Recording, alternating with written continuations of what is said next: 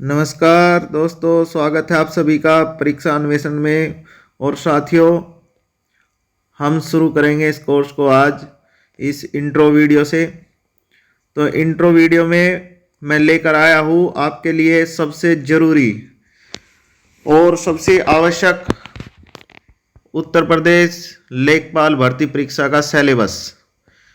उससे पहले 4 लाइनें मैं आपके लिए कहना चाहूँगा कि कहीं जीत बाकी है, कहीं हार बाकी है, अभी तो जिंदगी का सार बाकी है। यहाँ से चले हैं नई मंजिल के लिए, यह तो एक पन्ना था, अभी तो पूरी किताब बाकी है। तो साथियों, शुरुआत करते हैं एक नई मंजिल के लिए, एक नए लक्ष्य के लिए अपनी यात्रा का आरंभ आज हम कर रहे हैं। और ये आपकी पहली क्लास होगी मेरे यानी रुपेंद्र सिंह के साथ। और मैं आपको यूपी लेखपाल से संबंधित सारी सूचनाएं और पूरा पाठ्यक्रम आपके लिए लेकर आया हूँ। और उसी के संदर्भ में, उसी क्रम में आज की पहली क्लास उत्तर प्रदेश लेखपाल भर्ती परीक्षा के पाठ्यक्रम सिलेबस से संबंधित है। तो साथियों, मैं आपको बताना चाहूँगा, जिस प्रकार से हमारी अपनी एक मंजिल होती है, एक लक्ष्य होता है, एक गोल होता है, तो भर्ती परीक्षा में हमारा गोल वो भर्ती परीक्षा नहीं बल्कि उस परीक्षा का सिलेबस पाठ्यक्रम होता है। और अक्सर अधिकतर विद्यार्थी ये गलती करते हैं कि पाठ्यक्रम का सही प्रकार से अवलोकन विश्लेषण ना करके और उसे कंप्लीट नहीं कर पाते, और जो उनका पाठ्य सामग्री रहती है वो उनको पता नहीं होता कि कहाँ से क्या चीज़ पढ़नी है और क्या चीज़ छोड़नी है। अर्थात जब तक आप लक्ष्य सामने नहीं रखोगे, और लक्ष्य क्या है आपका? लक्ष्य है ये आपका जो पाठ्यक्रम है, आपका जो सिलेबस है। सिलेबस के अनुसार आपको टारगेट जो है आपका ये सिलेबस ही होगा और सिलेबस ही कंप्लीट करना है। तो लेखपाल के रिक्त पदों पर चयन हेतु लिखित परीक्षा की परीक्षा योजना एवं पाठ्यक्रम, इसके बारे में हम बात करेंगे। लिखित परीक्षा एक पाली में होगी, जिनमें प्रश्नों की कुल संख्या 100, समयावधि 2 घंटा। परीक्षा के प्रश्न वस्तुनिष्ठ एवं बहुविकल्पीय प्रकार के होंगे, ऑब्जेक्टिव टाइप, और प्रत्येक प्रश्न का 1 अंक होगा। ये जरूरी बात थी। इसके बाद हम देखेंगे इसमें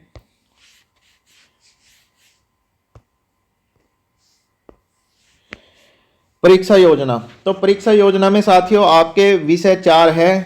नंबर 1 सामान्य हिंदी, नंबर 2 गणित, नंबर 3 सामान्य ज्ञान जनरल नॉलेज, और नंबर 4 है ग्राम समाज एवं विकास। तो 3 सब्जेक्ट तो आपके जाने पहचाने सब्जेक्ट है लेखपाल में, सामान्य हिंदी, गणित और सामान्य ज्ञान। ये तो आपके जाने पहचाने सब्जेक्ट है। एक जो अलग सब्जेक्ट आपको यहाँ पर जिसकी तैयारी करनी होगी वो है ग्राम समाज एवं विकास। इससे रिलेटेड क्वेश्चन होंगे, तो इस संबंध में आप बिल्कुल भी घबराएंगे नहीं। आपको प्रत्येक सब्जेक्ट की कंप्लीट तैयारी कराई जाएगी इसी प्लेटफॉर्म पर। चलिए देखते हैं कि किस सब्जेक्ट से कितने कितने क्वेश्चन आएंगे। हिंदी के 25 क्वेश्चन है, जिसके लिए 25 अंक निर्धारित है। गणित के 25% है, इसके लिए भी 25 अंक निर्धारित है। सामान्य ज्ञान के 25 क्वेश्चन 25 अंक निर्धारित है, और ग्राम समाज के 25 क्वेश्चन। अर्थात हम ये कह सकते हैं कि चारों पोर्शन बराबर बराबर है, और किसी भी सब्जेक्ट का महत्व अपने आप में कम नहीं है। अर्थात हर सब्जेक्ट की इक्वल तैयारी हमें चाहिएगी। हालांकि हम देखेंगे बाद में कि कौन सा पार्ट हमारा ज़्यादा मजबूत है। और इसके लिए समय अवधि जो है आपकी 2 घंटा, अर्थात 100 क्वेश्चन 120 मिनट। चलिए अब इसका सिलेबस देखते हैं, सिलेबस क्या है। तो एक और सबसे जरूरी चीज़ जो है वो ये वाली चीज़ इसमें दी गई है। ये है कि उपयुक्त परीक्षा हेतु नेगेटिव मार्किंग ऋणात्मक अंक दिए जाने हैं, जो कि प्रश्न के पूर्णांक का 1/4 अंक अर्थात 25% होगी। 2 प्रकार से इसको समझ सकते हैं। एक तो ये कि अगर हम एक प्रश्न गलत करते हैं तो हमारा सही प्रश्नों में से 1/4 अंक कटेगा, या ऐसा समझ लीजिएगा 4 प्रश्न अगर हम गलत करते हैं तो हमारा एक सही प्रश्न गलत हो जाएगा। अर्थात 4 प्रश्न गलत करने पर 5 अंक कटेंगे, क्योंकि 4 तो हमारे गलत ऑलरेडी हो गए, लेकिन 4 के एवरेज में एक सही में से जाएगा इस प्रकार से 4% गलत होने पर 5 अंकों की डिडक्शन हो गई, अर्थात वे कट जाएंगे। पाठ्यक्रम देखते हैं, पाठ्यक्रम में क्या है। तो पाठ्यक्रम में साथियों इसमें सबसे पहले हिंदी में देखेंगे, हिंदी में क्या क्या चीज़ दी गई है। तो हिंदी में ये देखें कितने टॉपिक है। अब मैं इन पर नंबर डालते हुए चलूँगा, ये तो अपनी कॉपी पेन निकाल लो, नहीं तो फिर इसको आप डाउनलोड कर सकते हैं UPSSC की साइट से, या इसके अलावा जो है आप कर सकते हैं इसको सरकारी रिजल्ट से भी आपको मिल जाएगा। ये दोनों सोर्सेज मैंने आपको बता दिया। तो इसमें सबसे पहले समास आपका है, पहला नंबर 1 क्या है, समास। नंबर 1 डाल करके लिख लो उसको। जो बच्चे अगर कहीं से डाउनलोड नहीं कर सकते तो वो साथ साथ में कॉपी पेन रखे और इसको या वीडियो बाद में आप रिपीट करके चला लेंगे। तो पहला जो टॉपिक है आपका है समास, दूसरा है पर्यायवाची, तीसरा है विलोम शब्द, चौथा है तत्सम तद्भव, पांचवा है संधिया, फिर है वाक्यांशों के लिए यानी कई शब्दों के लिए एक शब्द, ठीक है। फिर लोकोक्ति, मुहावरे, वाक्य संशोधन कर यानी सेंटेंस करेक्शन होगा, लिंग जेंडर, वचन, कारक, काल, वर्तनी, त्रुटि से संबंधित अनेकार्थी और अपठित गद्यांश पर आधारित प्रश्न। अब हम इसमें कई सारी चीज देखेंगे। इसमें वर्णमाला, इसमें एक तो नहीं दिया है, वर्णमाला नहीं दिया है, और जो इसमें साहित्यिक वाला जो पोर्शन है हिंदी में वो वाला भी छोड़ दिया गया है। अर्थात ये देख लेंगे जितना सिलेक्टेड आपका पोर्शन है केवल उसी की तैयारी आपको करनी है। नेक्स्ट हम इसमें देखेंगे गणित, मैथ्स में देख लेंगे। तो मैथ्स थोड़ा अलग प्रकार का है, इसमें कई सारे टॉपिक तो आपके जाने पहचाने टॉपिक है और कई सारे अलग से आपको तैयारी करनी पड़ेगी, जिसकी तैयारी हम इसी प्लेटफॉर्म पर आपकी कराएंगे प्रत्येक टॉपिक की।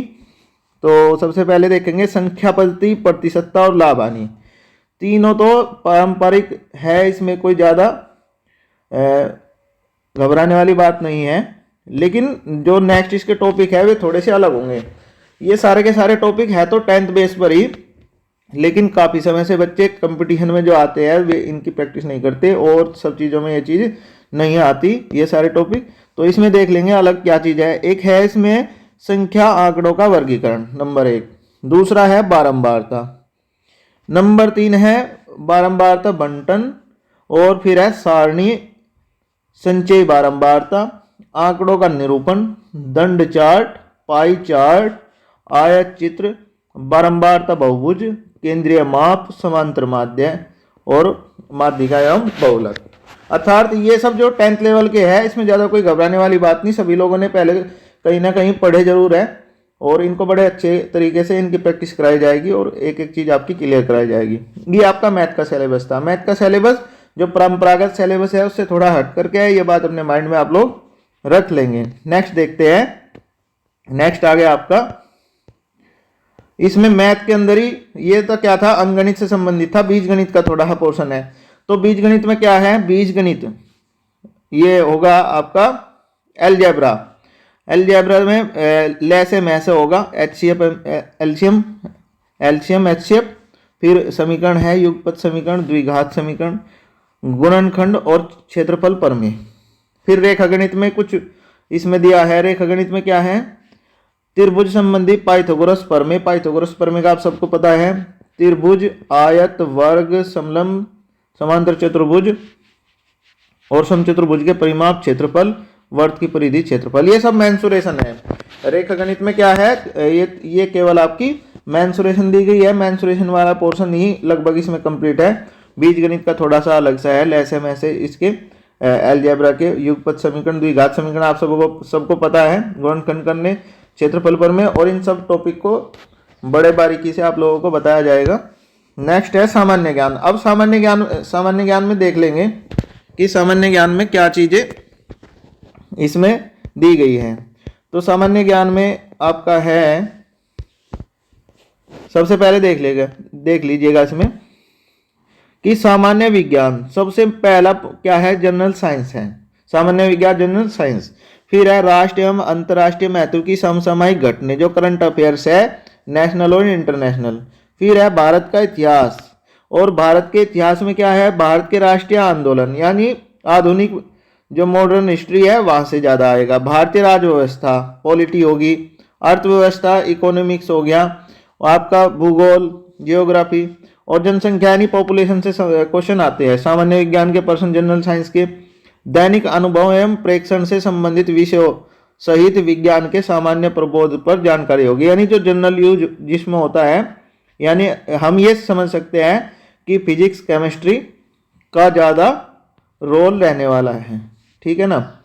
जिसकी किसी भी सुशिक्षित व्यक्ति से अपेक्षा की जा सकती है जिसने किसी वैज्ञानिक विषय का अध्ययन नहीं किया हो, यानी कोई स्पेशलिटी तो ये मांग नहीं रहे, लेकिन ये है कि जो जनरल साइंस है उसका ज्ञान होना चाहिए। कुल मिला के बात ये है। नेक्स्ट है भारत के इतिहास के अंतर्गत।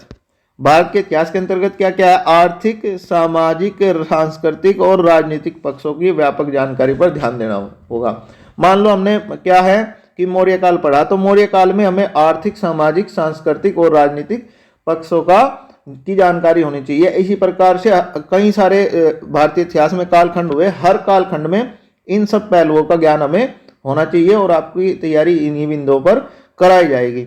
नेक्स्ट है भारतीय राष्ट्रीय आंदोलन पर अभ्यर्थियों से भारतीय स्वतंत्रता आंदोलन की प्रकृति, विशेषता, राष्ट्रवाद का अभ्युदय, स्वतंत्रता प्राप्ति के बारे में सामान्य ज्ञान अपेक्षित है। ये जनरल जानकारी है बिल्कुल।